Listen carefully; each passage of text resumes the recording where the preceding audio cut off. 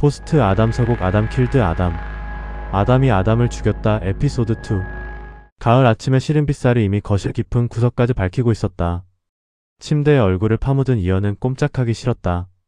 아주 오랜만에 맛본 깊은 잠의 여운을 조금만 더 즐기고 싶었다. 등짝 근육에 살짝 힘을 주었다가 놓자 반대편 폭근이 활처럼 당겨오는 팽팽함이 느껴졌다.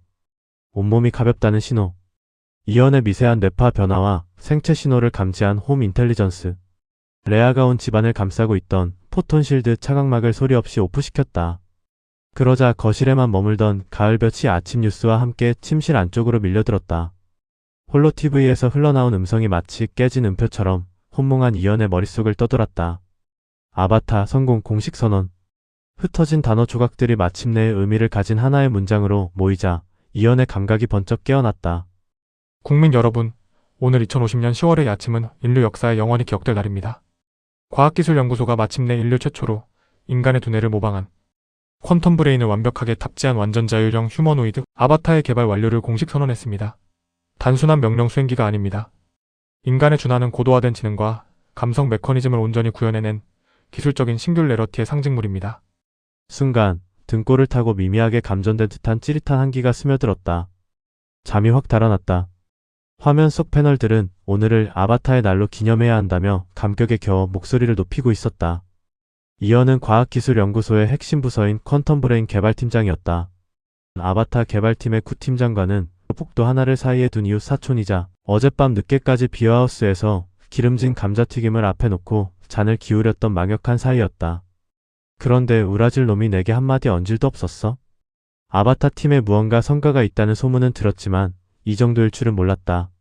아무리 보안이 엄중한 쿡책 프로젝트라 해도 동료이자 상급자인 자신까지 일반 시민들과 동시에 뉴스를 보며 이 사실을 알아야 할 이유는 없었다. 너구리보다 엉큼한 자식이라는 생각에 칫솔을 문 이연의 턱에 힘이 들어갔다. 거실 한쪽 홀로 스테이지에 쿠 팀장이 실물 크기의 입체 영상으로 걸어 나왔다. 한껏 빼입은 모습이 영락없는 쇼맨이었다. 화면 속 구 팀장은 마이크를 잡고 오만하면서도 특유의 가벼운 어조로 열변을 토하기 시작했다. 여러분. 저희가 개발한 아바타는 기존의 테슬라, 옵티머스 같은 그런 깡통 로봇들과는 차원이 다릅니다. 전혀 달라요. 비교하실 상대가 안 됩니다. 이 녀석은 주인의 입에서 나오는 말이 아니라 오직 주인의 생각과 의념에만 순종합니다. 청소해야겠다고 생각만 해도 스스로 알아서 작업을 시작하죠. 청소뿐이겠습니까? 주인의 마음을 미러링하여 지시하지 않은 세세한 디테일까지 완벽하게 알아듣고 수행합니다. 바로 뇌파 패턴을 실시간으로 읽고 해독하는 뉴로 컨트롤러 덕분이죠. 화면 속 구 팀장은 자기 팀의 공로인 양 신나게 데모를 하고 있었지만 이연은 실소를 터뜨렸다. 뉴로 컨트롤러와 360서클 렌즈는 본래 군사용으로 기획되어 이연의 퀀텀 브레인 팀이 피땀 흘려 개발한 핵심 디바이스였다. 아바타에 기어코 장착하겠다면서 맨날 술 먹자 밥 먹자 하며 아부 떨던 놈이 지금은 마치 자기 혼자 다 한 것처럼 떠벌리는 꼴이 볼상 사나웠다. 화면 속에서는 호스트의 시연이 이어지며 장내 열기가 더 뜨거워졌다. 아니 정말 경탄스럽네요, 구 팀장님. 아무리 정교한 휴머노이드라도 진짜 인간과 비교하면 약간의 어색함이나 기계적인 유격이 느껴지기 마련인데 이 아바타는 실제 사람과 완전히 똑같습니다. 피부와 근육에서 로봇이라는 이질감이 전혀 없어요. 이것 봐요.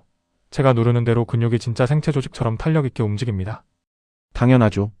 인류 역사상 저희가 최초로 성공한 메커니즘이 여기 들어있습니다. 이 아바타에는 그 어떤 모터나 액추에이터도 전혀 사용되지 않았습니다.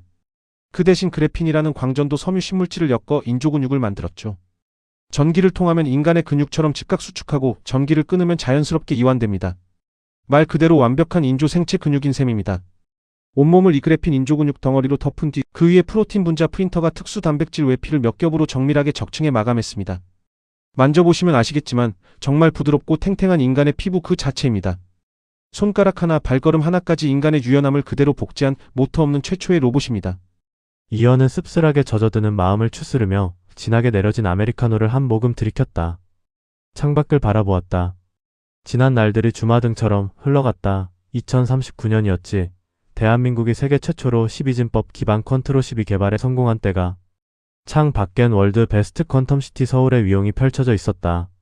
인류는 지금 존재론적 특이점의 문턱에 서서 새로운 창세기의 지평을 마주하고 있다.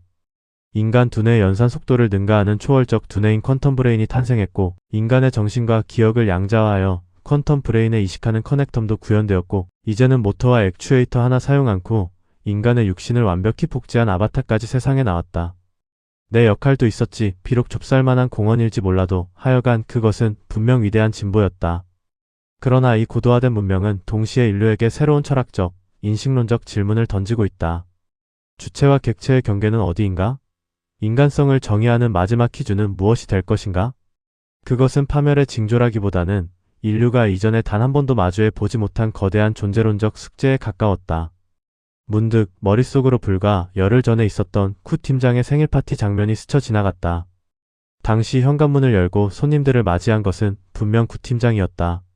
악수를 나누고 안으로 들어섰는데 거실 안쪽에서 또 다른 쿠 팀장이 나타났다.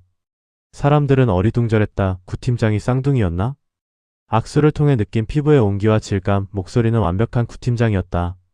파티 내내 사람들은 둘을 구별하지 못해 혼란스러워했고 결국 아바타의 코에 까만 절연 테이프를 붙여놓고 나서야 겨우 안도하며 박장대소를 터뜨렸다. 그때였다. 이현이 문득 깨달은 것은 손에 든 커피잔이 미세하게 떨렸다. 머릿속을 스치는 서늘한 진실의 온몸의 피가 차갑게 식는 기분이었다. 그 파티 그리고 구팀장 아바타의 등장, 진짜 인간 속에 던져진 아바타. 그런 설정은 단순한 장난이나 깜짝 쇼가 아니었다. 구팀장은 이미 열흘 전 퀀텀 브레인 팀장인 자신을 비롯한 최고의 과학자들과 지인들을 한자리에 모아놓고 은밀한 필드 테스트를 진행했던 것이다. 이 완벽한 피조물이 인간의 틈바구니에 섞였을 때 사람들이 어떻게 반응하는지, 기계와 인간을 인지적으로 분간할 수 있는지, 그리고 인간의 인식체계가 얼마나 쉽게 무너지는지를 실험한 정교한 시뮬레이션이었다. 전능하신 창조주의 피조물과 그 피조물인 인간이 창조한 피조물을 구별하는 유일한 징표가 코에 붙인 까만 절연 테이프라니. 그리고 자신도 모르는 사이에 거대한 실험의 쥐새끼가 되어 있었다는 뒤늦은 깨달음. 이어는 깊어가는 가을 아침의 뱃속에서 문명 전환이 가져온 그 기묘하고도 거대한 한기를 뼛속 깊이 느끼며 멈춰 서 있었다.